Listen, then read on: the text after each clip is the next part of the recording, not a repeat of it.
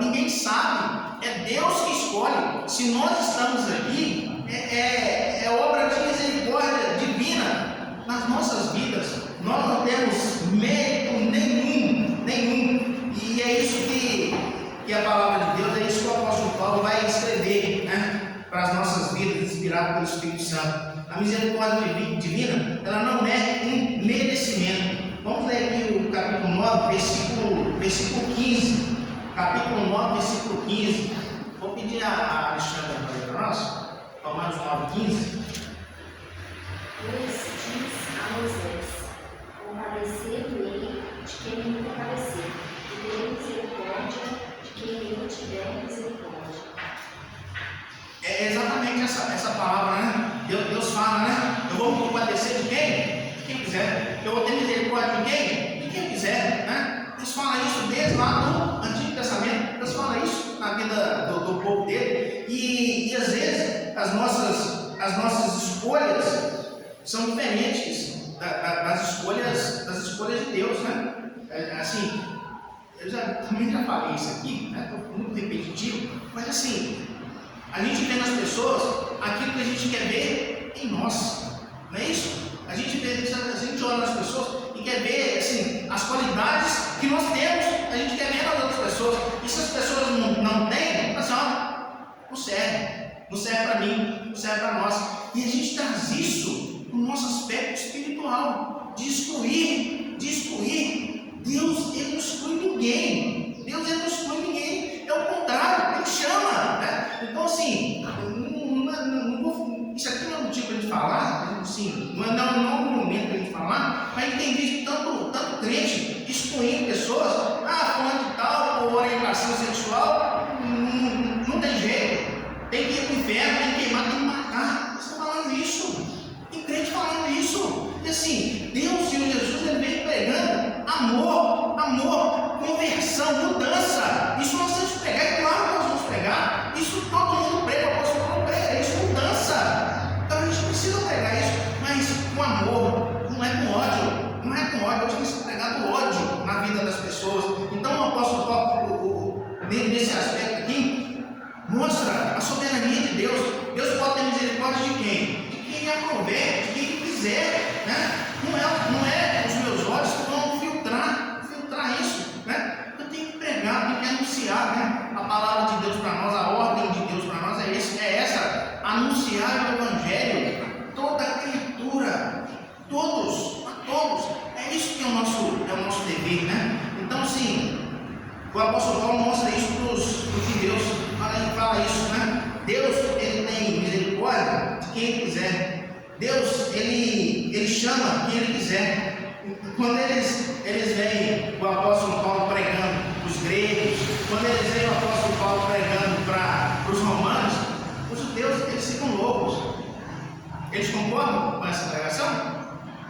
Eles não concordam com essa pregação. Talvez que sim, a mesma realidade que a gente vive hoje, né? A pregação é para alguns, né? Não é para todos.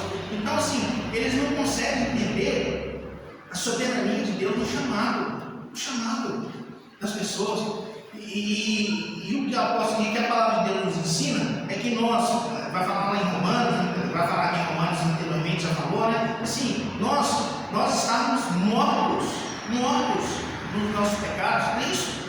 Mortos. E Deus nos chamou, Deus nos amou. Nós estamos nessa situação. Então é isso que ele tenta ensinar, né? Ensinar aos judeus em relação ao passado deles, né? Ensinar a misericórdia do Senhor. Deus não deve misericórdia a nenhum homem. Deus é glorificado tanto na sua misericórdia quanto na comunicação de sua justiça. Então, assim, Deus não tem débito com ninguém, né? Não tem débito com ninguém de nós que está aqui dentro da igreja. Tem algum débito? Não tem, né? E não tem débito com ninguém que está lá fora também. Então, assim, é obra da misericórdia dele, né? Decisão livre e soberana na escolha de quem deve e de quem não deve ser salvo. Então a gente precisa viver essa realidade. O apóstolo continua. Ele fala de quê? Né? A queixa humana, uma atitude insolente contra Deus. Então os homens, eles se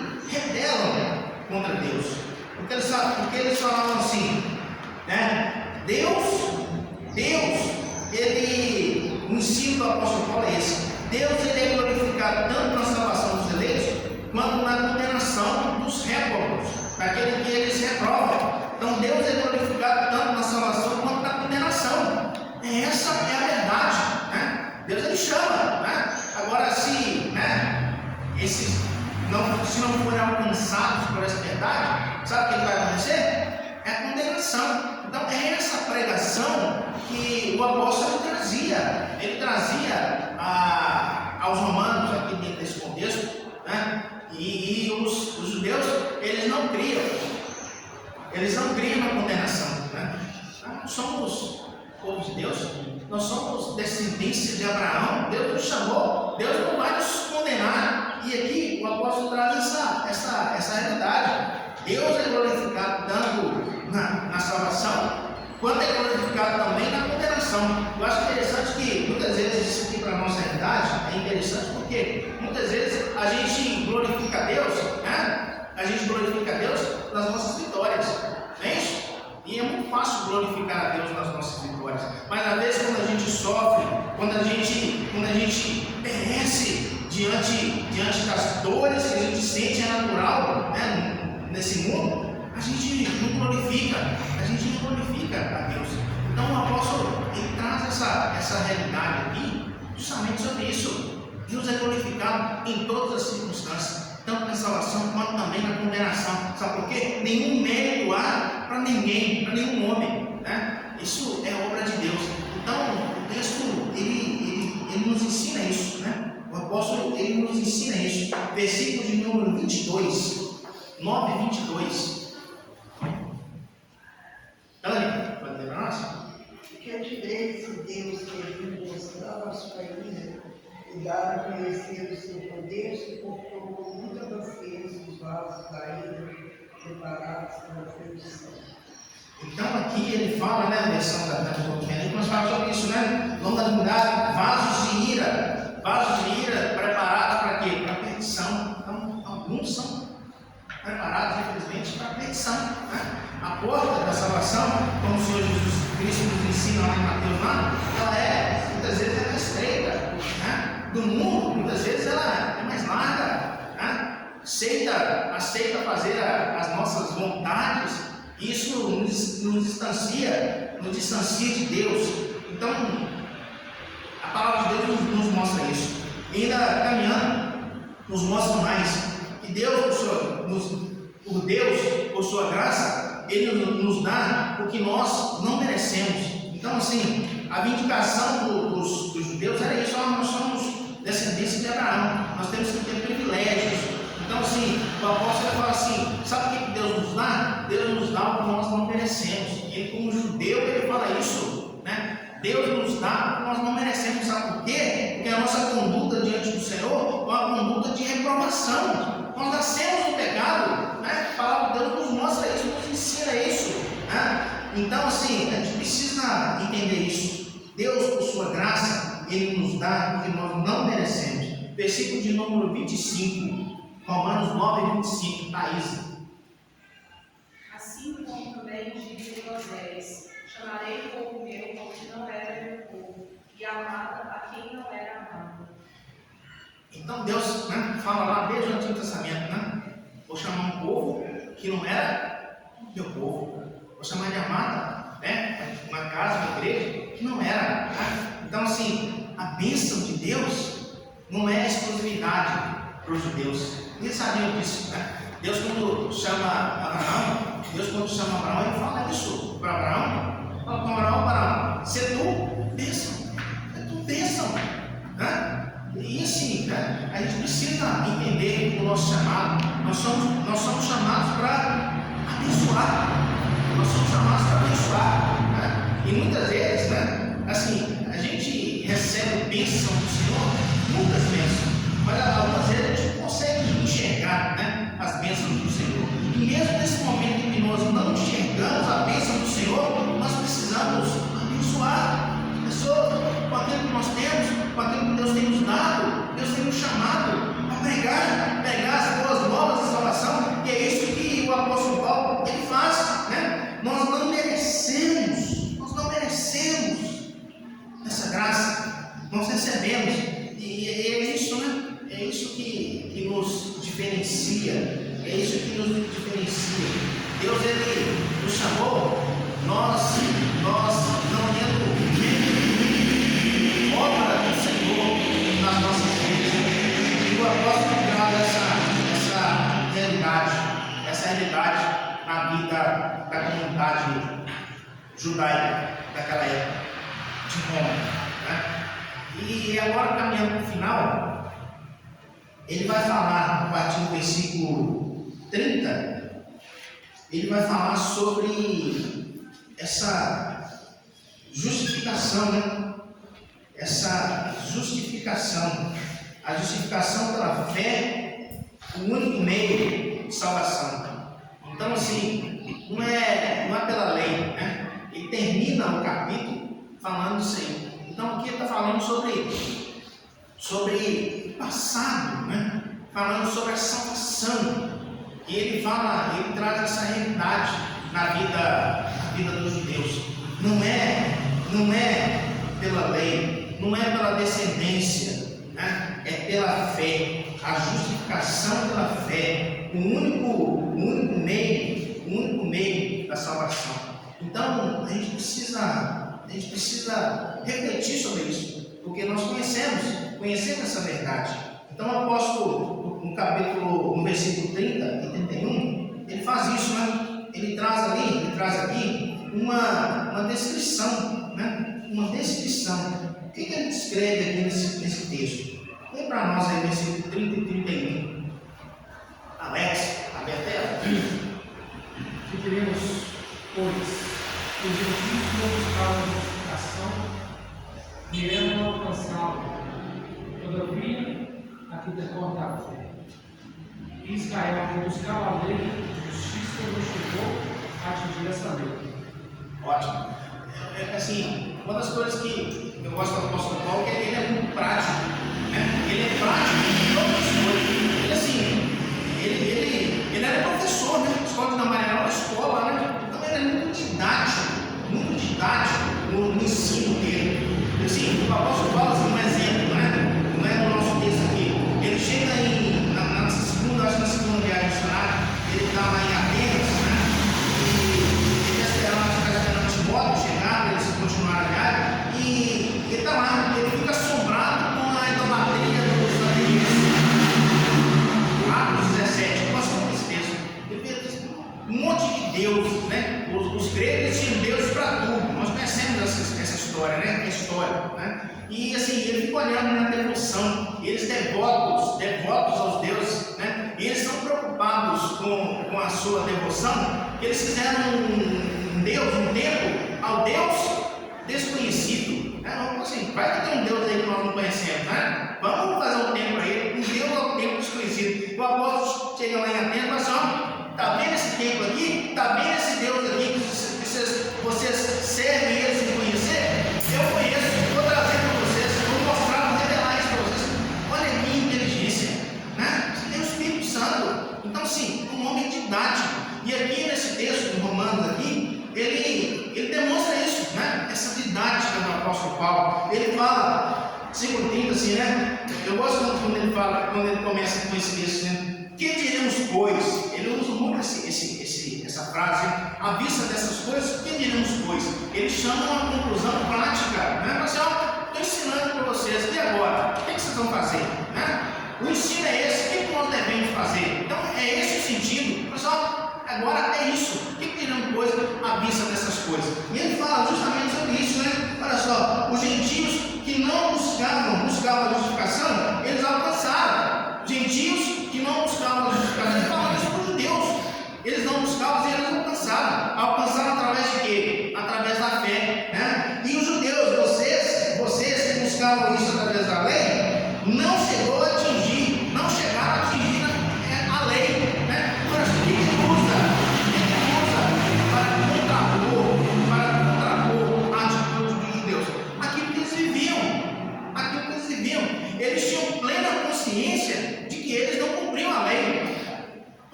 precisavam ter essa fé, né? Que já estava dentro deles. Eu acho interessante, essa fé já estava dentro deles. Eles seguiam a lei, é porque assim, eles buscavam.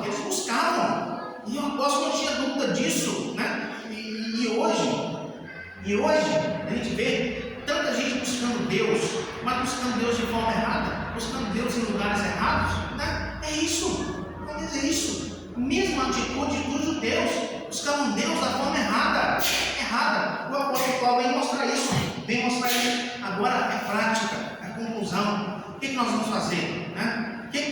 Qual que é o ensino? Né? Qual que é a conclusão do nosso ensino? Né? Precisa ter uma mudança na atitude. Porque o conhecimento eles tinham, né? Então Paulo escreve isso, começa falando isso. O segundo ponto, ele traz uma explicação. Aqui é o versículo 32, é o versículo 32 e 33. Então vamos nesses dois versículos, hein? 32 e 33. É,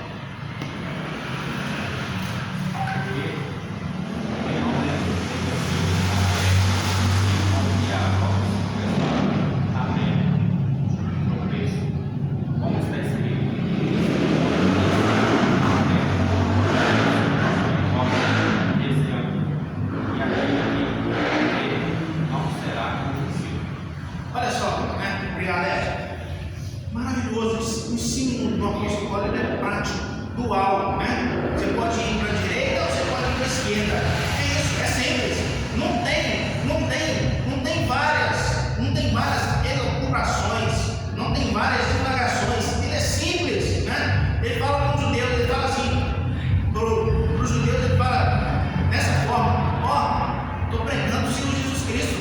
Ele pode ser para vocês pedra angular, ou ele pode ser pedra de tropeço.